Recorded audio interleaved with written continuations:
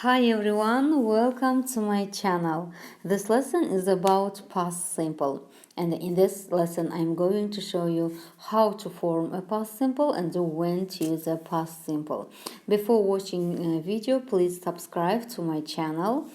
Okay, let's get started.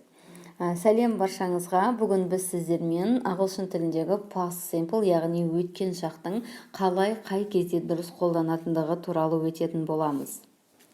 Видеоны соңына дейін қарап, каналға жазылуларыңызды сұраймын.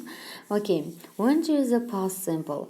We use the past simple for things which happened at a specific time in the past. For example, I watched this film 2 days ago. Яғни past simple шағын біз бұрын болып кеткен, аяқталған іс-әрекетті айтқан кезде қолданамыз. Яғни қазіргі сөйлеп тұрған кезге қатысы жоқ, өтіп кеткен, бітіп қойған іс-әрекет. Мысал үшін, I watched this film 2 days ago.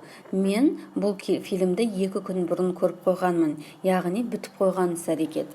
We lived in Almaty in 1998. Біз Алматыда 1998 жылы тұрғанбыз. Қазір емес. He bought a new car last month. Ол өткен айда жаңа көлік сатып алды. Яғни бітіп қойды ол іс-әрекеттер. Ал енді past simple шағының жасалу формасына келетін болсақ, бастауышқа етістік жалғаймыз, етістікке ed немесе етістіктің екінші формасына саламыз.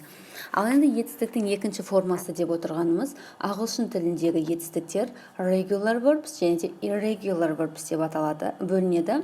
Бұл дегеніміз бұрыс етістіктер және де дұрыс етістіктер.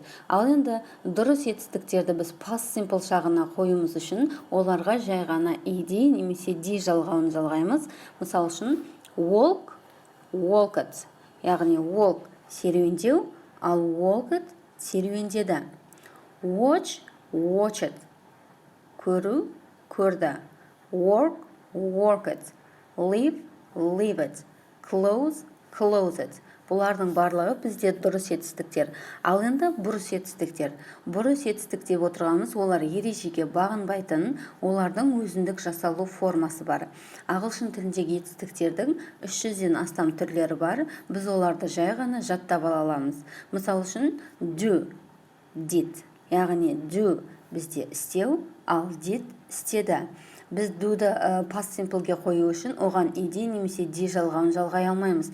Өйткені ол бұрыс етістік, ал оның екінші формасы did. Buy, bought. Go, went. Come, came. Sleep, slept. Now, knew. Яғни бұларға бұрыс етістіктерге ed немесе d жалғамаймыз, оның екінші формасына қойып, past simple шағында сөйлем құрай береміз. Мысал үшін, you went to the cinema. Сен киноға бардың. Went irregular verbs, ал оның infinitive формасы go. It rained yesterday. Кеше жаңбыр жауды.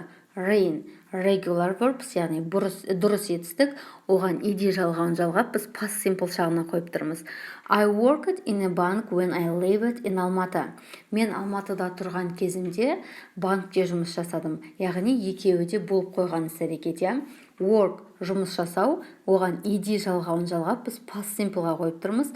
Live өмір сүру, оған d жалғауын жалғап тұрмыз. Яғни дұрыс етістіктерге ed немесе d жалғауын жалғаймыз. Ал енді болымсыз сөйлем. Болымсыз сөйлем жасайтын кезде біз past simple шағының did көмекші етістігін қолданамыз. Яғни I didn't, he didn't, яғни did not, оны қысқартып didn't деп айтамыз. Мысал үшін, I didn't write a letter. Мен хат жазған жоқпын. She didn't get up at 8 o'clock yesterday. Ол кеше сағат 8-де тұрған жоқ. We didn't play football last Sunday. Біз өткен жексенбіде футбол ойнаған жоқпыз.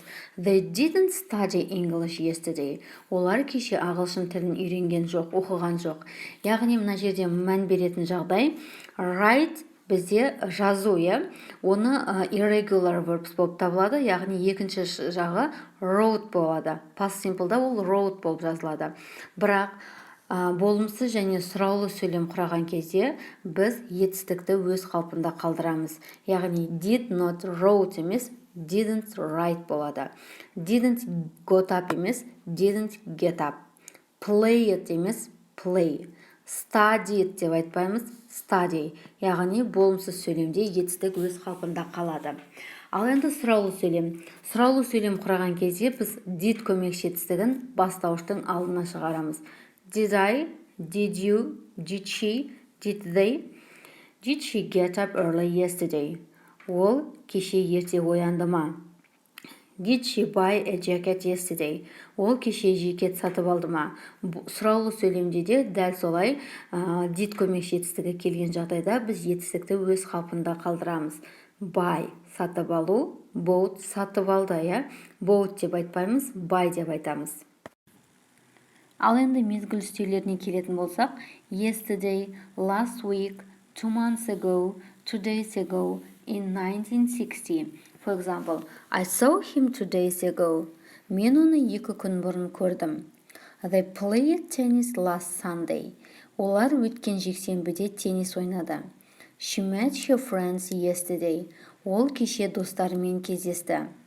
Ал енді present simple шағы мен past simple шағының айырмашылығына тоқталатын болсақ, present simple шағын біз күнделікті қайталанып отыратын іс-әрекеттерде, дағдыларда қолданамыз. Ал past simple шағын біз болып қойған, бітіп қойған іс-әрекетте қолданамыз. Мысал үшін, he always goes to work by car. Ол әрдайым жұмысқа көлікпен барады. He went to work by car yesterday. Ол кеше жұмысқа көлікпен барды. I write a letter to Anna every day. Мен Аннаға күнде хат жазамын. I wrote a letter to Anna 2 days ago. Мен Аннаға 2 күн бұрын хат жаздым. Осымен біздің past simple шағындағы сабағымыз аяқталды. Видеоны соңына дейін қарағандарыңыз үшін рахмет. Сабақ сіздерге толық түсінікті болды деп ойлаймын. Каналымызға жазылып, лайк басып, комментарий жазуды ұмытпаңыз.